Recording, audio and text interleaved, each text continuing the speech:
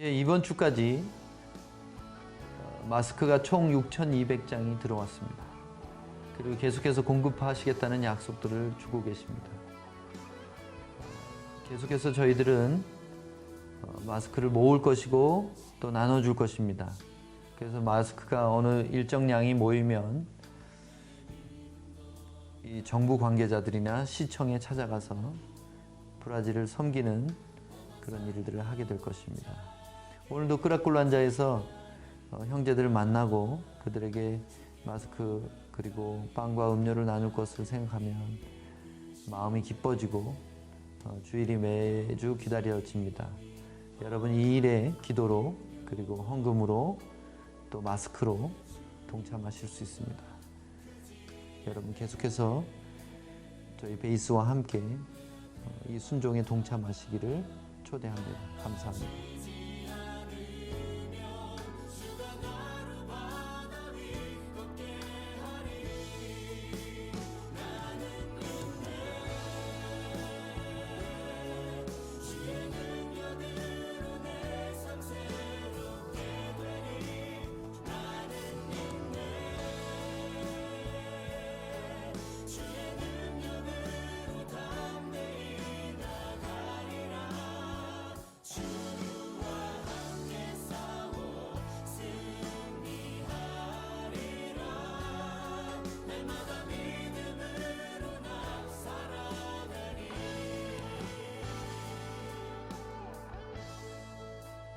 오늘 주시는 말씀은 흔들리는 나라, 흔들리지 않는 나라라는 제목으로 여러분과 함께 은혜를 나누도록 하겠습니다.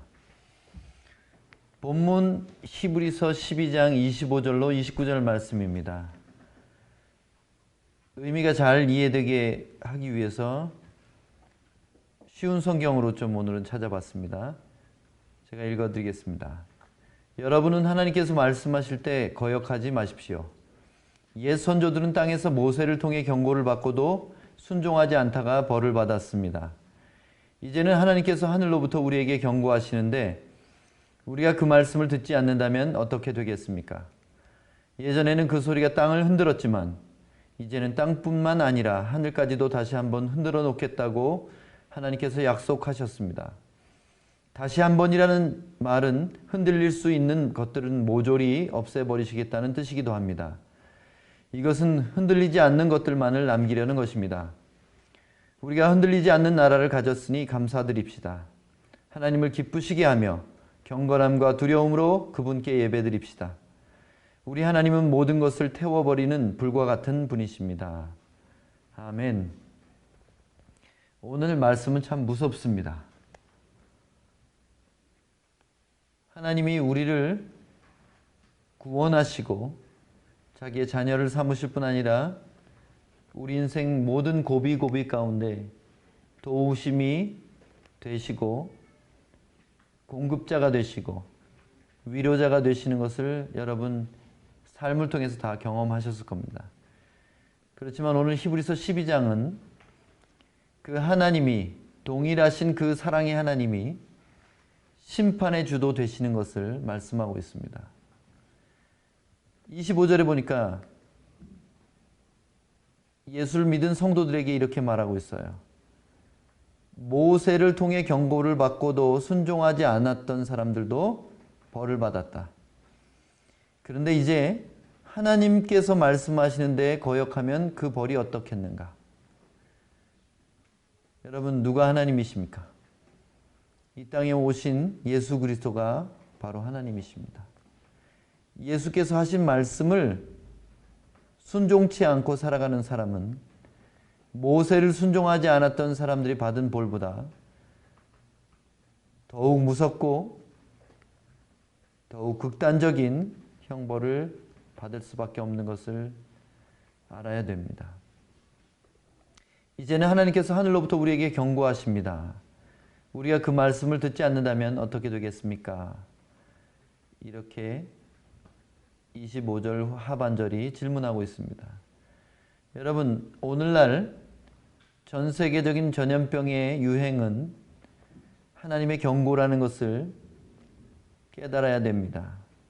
그것은 그냥 우연한 생물학적인 원인에 의해서 발생한 전염병이 아닙니다. 성경의 여러 군데서 하나님은 전염병을 그분의 칼로 심판의 도구로 사용하시는 것을 볼 수 있습니다. 그리고 모세에게도 범죄한 이스라엘 백성들에 대해서 내가 전염병으로 저들을 다 쳐서 멸하고 너를 통해 새로운 민족을 만들겠다, 그렇게 말씀하시기도 했습니다. 지금 전 세계적인 전염병의 유행은 바로 하늘로부터 하나님께서 주시는 경고인 것을 깨달아야 됩니다. 26절 말씀에 보니까 예전에는 그 소리가 땅을 흔들었다고 이야기합니다. 예전에 땅을 흔든 경고는 무엇입니까? 예전에 땅을 흔든 경고는 크게는 노아의 홍수 때부터, 그리고 하나님께서 이스라엘 백성들에게 내리신 그런 경고들까지 다 포함해서 구약 성경에 나오는 하나님의 심판들을 의미합니다. 땅을 흔드는 하나님의 목소리가 이제는 땅뿐만 아니라 하늘까지도 흔들겠다고 약속하고 계십니다. 여기 27절에 보니까 다시 한번이라는 말은 흔들리는 모든 것을 다 모조리 없애겠다는 뜻입니다. 노아의 홍수는 무지개의 약속으로 다시 물로 심판하지 않겠다는 결말을 맺었지만, 이제 다가올 심판은 땅뿐만 아니라 하늘까지도 진동하는 유황불의 심판이 될 것입니다. 흔들리는 모든 것을 다 없애겠다고 하시는 말씀, 이것은 최후의 심판은 땅뿐 아니라 하늘의 모든 권능들도 흔들려서 떨어지는, 사람이 이제까지 보지 못한 엄청난 재난이 될 것이라는 뜻입니다. 28절 말씀에는 우리가 흔들리지 않는 나라를 가졌으니 감사하자고 합니다. 우리는 흔들리지 않는 나라를 가졌습니다. 그 흔들리지 않는 나라는 바로 천국을 의미합니다. 천국을 이미 우리가 받은 사람들로서 천국 시민답게 하나님을 기쁘시게 하고 경건함과 두려움으로 예배드리며 그분 앞에 순종으로 살아가야 된다는 것입니다. 29절 말씀에 우리 하나님은 소멸하는 불이시기 때문에 그 심판의 불이 이 땅에 임하기 전에 우리는 근신하고 깨어서 예수의 신부 될 것을 소망하며 거룩한 행실로 살아가야 된다는 것입니다. 여러분, 그러면 흔들리지 않는 나라 천국은 지금 어디 있습니까? 요한복음 18장 36절에 예수께서 대답하시되 내 나라는 이 세상에 속한 것이 아니니라. 만일 내 나라가 이 세상에 속한 것이었다면 내 종들이 싸워 나로 유대인들에게 넘겨지지 않게 하였으리라. 이제 내 나라는 여기에 속한 것이 아니니라. 이렇게 말씀하셨습니다. 예수님의 나라는 이 땅에 세워지는 나라들이 아닙니다. 교회사 2000년 동안 많은 나라들을 기독교화하는 시도들이 있었습니다. 그러나 그것은 오히려 사람들 마음 깊숙한 곳에 기독교에 대한 반감을 심어놓는 일이 되었습니다. 이 땅에는 결코 기독교 국가가 있어서는 안 됩니다. 기독교는 강요되는 종교가 아니기 때문에 그들이 국가 시스템으로 기독교를 강제할 수 있다는 것을 상상도 할 수 없습니다. 그래서 예수님께서는 이 땅에 왕국을 세우지 않으셨습니다. 이 땅에 있는 나라라는 시스템은 하나님 나라가 될 수 없습니다. 나라는 반드시 그 권력이 부패하고 빈부격차 때문에 고통이 일어나고 그리고 여러 가지 인간이 만든 재난과 자연재해 속에서 혼란과 어지러움 가운데 빠지게 되어 있습니다. 이 세상엔 어떤 나라도 완벽한 나라가 있을 수가 없습니다. 그래서 예수님께서는 로마 제국의 항거에서 독립운동을 일으키지 않으셨습니다. 그리고 유대인의 왕국을 세우지도 않으셨습니다. 예수님께서는 체포되셨을 때 이렇게 내 나라가 이 땅에 속한 것이 아니라고 말씀하고 계십니다. 그래서 그 천국은 저 하늘 어딘가에 있겠죠. 천국은 영이 가는 그런 다른 차원의 장소가 아닙니다. 제가 믿기로는 말씀대로 언젠가 우리는 그 나라가 이 땅에 임하는 것을 눈으로도 볼 수 있을 것입니다. 우리는 영으로 천국을 가지 않습니다. 그날에 반드시 몸이 부활하여 예수님과 몸과 몸으로 만날 것입니다. 그렇기 때문에 우리는 공간이 필요하고 이 땅에 하나님 나라가 분명하게 세워질 것을 믿습니다. 천국은 뿌옇고 희미한 것이 아닙니다. 몸으로 다시 살고 영원히 사는 나라입니다. 그런데 지금 우리는 예수님의 나라에 살지 않습니다. 그렇기 때문에 예수님께서 마태복음 6장에 이렇게 기도를 가르쳐 주셨습니다. 나라가 임하시오며 뜻이 하늘에서 이루어진 것 같이 땅에서도 이루어지이다. 하나님 나라가 이 땅에 임하시기를 구하라고 말씀하고 계십니다. 하늘에서 완벽하게 이루어진 하나님의 통치가 이 땅에서도 그렇게 완전한 하나님의 통치로 이루어질 것을 기도하라고 말씀하셨습니다. 그러면 우리는 천국에 가는 그날까지, 아니 천국이 이 땅에 이루어지는 그날까지 고통 가운데 살아야 됩니까? 이 나라와 나라들의 불의한 전쟁과 다툼과 경제적인 몰락과 또 자연적인 재해, 하나님의 심판에 의한 여러 가지 재난들을 고스란히 겪으면서 근심하며 살아야 되는 것이 이 땅의 삶일 뿐입니까? 여러분, 고린도전서 15장 21절로 24절에도 이런 말씀이 있습니다. 고린도전서 15장은 부활장이죠. 21절입니다. 사망이 한 사람으로 말미암았으니 죽은 자의 부활도 한 사람으로 말미암는도다.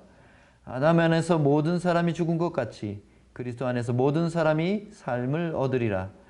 그러나 각각 자기 차례대로 되리니 먼저는 첫 열매인 그리스도요, 다음에는 그가 강림하실 때에 그리스도에게 속한 자요, 그 후에는 마지막이니 그가 모든 통치와 모든 권세와 능력을 멸하시고 나라를 아버지 하나님께 바칠 때라. 아멘. 이 말씀을 보면 부활은 순서대로 3번 일어납니다. 첫 번째 부활은 바로 예수 그리스도의 부활이었고, 두 번째 부활은 예수님이 이 땅에 재림하실 때 그리스도께 속한 자들의 부활입니다. 거룩한 부활입니다. 그리고 그 이후에는 마지막 부활이 있을 것인데, 그 부활은 심판을 위한 부활, 두 번째 영원한 사망을 위한 부활입니다. 그래서 죄인들의 부활을 의미합니다. 그 죄인들의 부활 때에 모든 통치권, 그리고 모든 권세, 그리고 능력들을 멸하신다고 이렇게 나와 있어요. 하나님 이 땅에 사람들 간의 통치권을 인정하지 않으실 것입니다.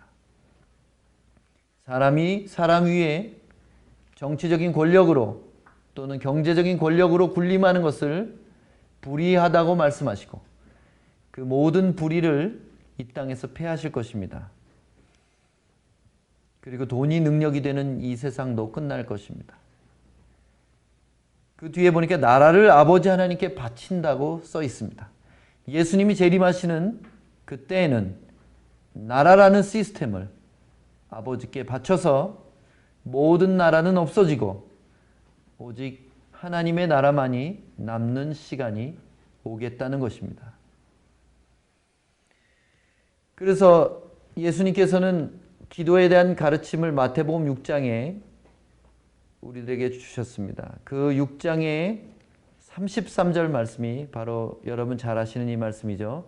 그런즉 너희는 먼저 그의 나라와 그의 의를 구하라. 그리하면 이 모든 것을 너희에게 더하시리라. 이 말씀은 굉장한 비밀이 담겨져 있는 말씀입니다. 나라를 구하라. 나라를 어떻게 구합니까? 어떻게 하나님의 나라를 구합니까? 이 땅에서 나라를 구하는 것을 한번 생각해 보겠습니다. 이 땅에서도 어떤 나라의 시민권을 얻기 원한다면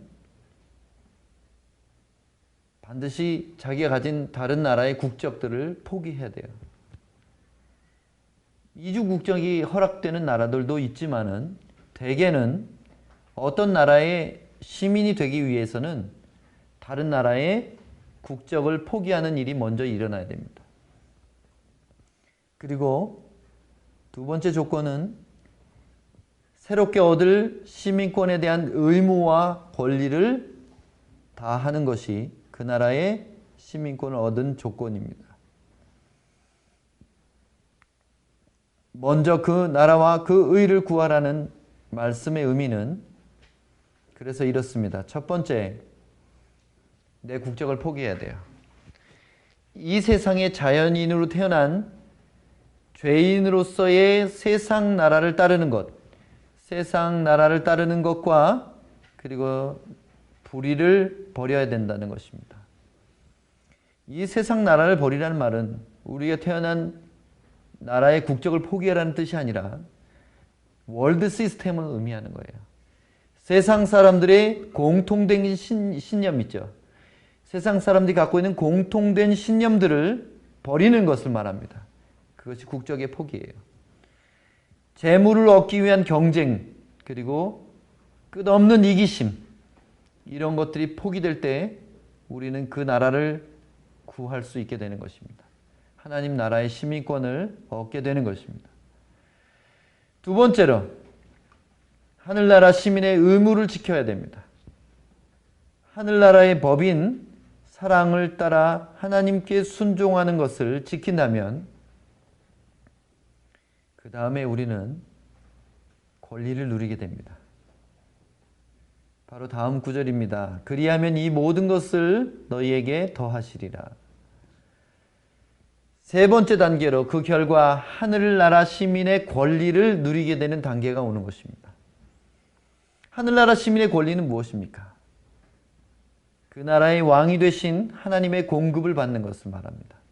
그리고 그분의 보호와 인도하심을 받는 것을 의미합니다.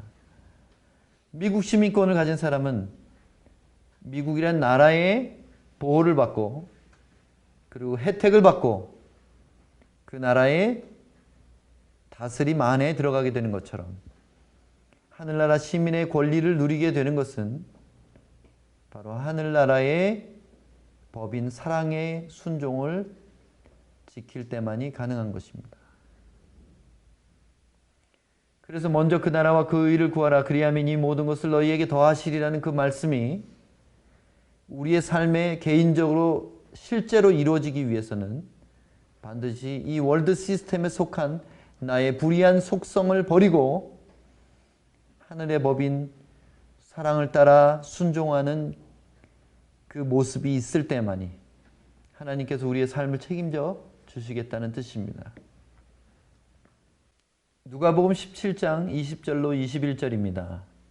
바리새인들이 하나님의 나라가 어느 때에 임하나이까 묻거늘 예수께서 대답하여 이르시되 하나님의 나라는 볼 수 있게 임하는 것이 아니요 또 여기 있다 저기 있다고도 못하리니 하나님의 나라는 너희 안에 있느니라. 아멘. 하나님 나라는 여기 있다 저기 있다 하지 못할 것이라고 말씀하십니다. 왜 그렇습니까?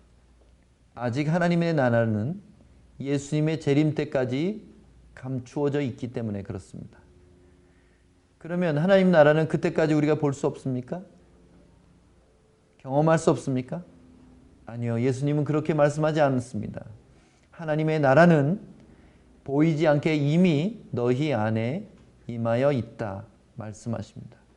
하나님의 나라의 시민이 되는 방법이 무엇입니까?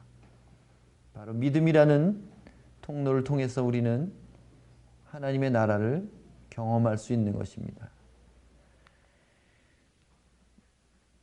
내면에 흔들리지 않는 나라가 임한 사람의 특징은 바로 로마서 14장 17절이 잘 말해주고 있습니다. 내면에 천국을 가진 사람, 흔들리지 않는 나라, 이 세상 나라들처럼 경제의 붕괴, 자연재해, 잘못된 통치권, 이런 것들 때문에 흔들리고 붕괴되는 것이 아니라 영원히 견고한 하나님의 나라가 어떤 사람의 마음 안에 있다면 그 증거가 있을 것입니다. 바로 하나님의 나라는 먹는 것과 마시는 것이 아니요 오직 성령 안에 있는 의와 평강과 희락이라. 하나님의 나라의 증거는 분명합니다.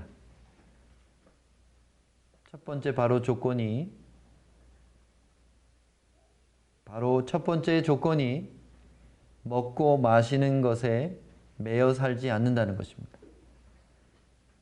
천국 시민, 이미 하나님 나라를 유업으로 받은 사람들의 특징은 먹고 사는 것에 목숨 걸지 않습니다. 그들은 주님의 주시는 사명에 목숨을 걸지 잘 먹고 잘 사는 것에다 자기 인생을 소모하지 않습니다. 두 번째는 성령을 따라 의롭고 평화롭고 기뻐하며 살아갑니다. 여기엔 분명히 조건이 성령을 따라입니다. 성령을 따라 살 때 우리는 의로워질 수 있어요. 성령을 따라 살 때 평화로울 수 있습니다. 성령을 따라 순종하며 살 때 환경과 상관없는 기쁨이 그 사람의 깊은 곳에서 솟아나게 되어 있습니다. 하나님 나라를 가진 사람들은 이렇게 두 가지 특징이 있는 거예요. 먹고 마시는 것에 매여 살지 않는다. 성령 안에서 의롭고 평화롭고 기뻐한다. 우리가 이렇게 이 세상에 살면서 여러 가지 고난의 시간을 겪을 때 하나님 나라가 우리 안에 있는지 없는지가 드러나게 돼 있습니다. 사람들은 전 세계적인 고통의 시간에 공포와 두려움과 염려로 우울증을 겪습니다. 그러나 정말 천국을 받은 사람이라면 그 흔들리지 않는 나라가 그의 내면에 있는 증거들이 이 어려움의 시기에 나타나는 것입니다. 이때 먹고 사는 문제보다는 어떻게 의를 행할지, 어떻게 평화롭게 기쁨으로 살아갈지를 나타낼 수 있다는 것이죠. 그러면 우리가 사는 이 세상이 이렇게 내면의 위로만 받고 살아가다가 끝날 것인지, 여러분 한번 생각해 보면 말씀은 그렇게 말하지 않습니다. 마침내 그 나라는 우리가 눈으로도 볼 수 있게 임할 것입니다. 그것이 하나님의 약속이에요. 바로 베드로 후서 3장 10절로 13절 말씀입니다. 그러나 주의 날이 도둑같이 오리니 그날에는 하늘이 큰 소리로 떠나가고 물질이 뜨거운 불에 풀어지고 땅과 그 중에 있는 모든 일이 드러나리로다. 이 모든 것이 이렇게 풀어지리니 너희가 어떠한 사람이 되어야 마땅하냐. 거룩한 행실과 경건함으로 하나님의 날이 임하기를 바라보고 간절히 사모하라. 그 날에 하늘이 불에 타서 풀어지고 물질이 뜨거운 불에 녹아지려니와 우리는 그의 약속대로 의가 있는 곳인 새 하늘과 새 땅을 바라보도다. 아멘. 이 말씀을 쉬운 성경으로 한 번만 더 보겠습니다. 하지만 주님의 날은 도적같이 갑자기 올 것입니다. 하늘이 큰 소리를 내며 사라지고 하늘에 있는 모든 것들이 불에 의해 녹을 것입니다. 또한 땅과 땅에 있는 모든 것들도 불타버릴 것입니다. 모든 것이 이렇게 다 타버릴 텐데 여러분은 어떤 사람이 되어야 하겠습니까? 거룩하고 경건하게 살아야 하지 않겠습니까? 여러분은 그날이 오기를 손꼽아 기다려야 합니다. 그날에 하늘과 하늘에 있는 모든 것이 불타 없어지겠지만 하나님께서는 우리에게 약속하셨습니다. 정의가 살아있는 새 하늘과 새 땅을 우리에게 주시겠다고 말입니다. 아멘. 여러분 오늘 아까 읽은 히브리서 12장의 본문과 일치되는 내용이 여기 들어있죠. 하나님께서 다시 한번 이 세상을 흔들 때는 땅뿐 아니라 하늘까지도 흔들 것이고 우리 하나님이 소멸하는 불로 나타나실 거라고 분명히 히브리서가 말한 것처럼 베드로 후서도 동일한 내용을 말하고 있습니다. 이것은 우리가 눈으로 보는 하늘에 관한 이야기입니다. 이것은 영적인 상징적인 얘기가 아닙니다. 우리가 보는 하늘의 권능들이 흔들릴 것이요. 그 하늘이 불타서 이 땅에 떨어지는 것을 눈으로 보는 날이 올 것이란 말입니다. 첫 번째 심판은 물에 의한 홍수 심판이었지만 마지막 심판은 하늘로부터 유황불이 떨어지는 심판이 될 것입니다. 그래서 여러분이 어떤 사람이 되어야 하겠는가라고 베드로가 질문하고 있습니다. 거룩하고 경건하게 살아야 된다는 것입니다. 여러분 우리는 믿음을 강조하다 보니까 거룩하고 경건한 삶에 대해서 소홀하게 여겨왔습니다. 과연 믿는다는 것이 입으로 예수를 시인하는 것입니까? 과연 믿는다는 것이 세례받고 교회에 열심히 출석하는 것입니까? 과연 거듭난다는 그것이 우리가 교회 봉사 열심히 하고 교회 헌금 많이 드리는 것입니까? 여러분 성경은 결코 그렇게 말하고 있지 않습니다.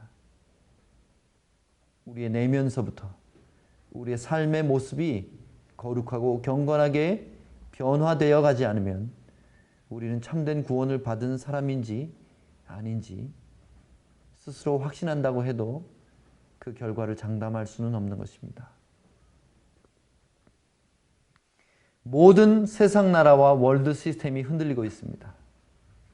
이 팬데믹 사태가 좀 더 길어지면 각 나라의 경제는 1930년대의 대공황 때 이상으로 무너져 내릴 것입니다. 여러분 그래서 감당할 수 없는 경제 붕괴로 인한 폭동과 빈곤과 기아 상태가 정말 지옥처럼 펼쳐질지도 모릅니다.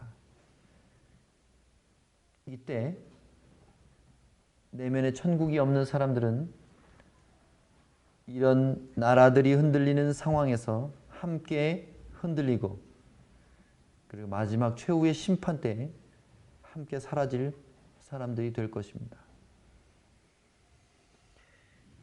흔들리지 않는 사람, 곧 믿음의 사람은 누구입니까?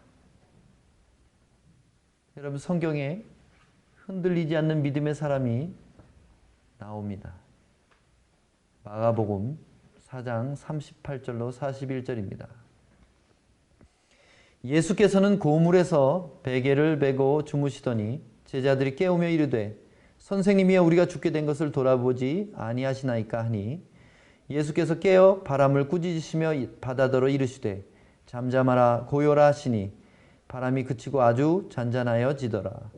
이에 제자들에게 이르시되 어찌하여 이렇게 무서워하느냐 너희가 어찌 믿음이 없느냐 하시니 그들이 심히 두려워하여 서로 말하되 그가 누구이기에 바람과 바다도 순종하는가 하였더라.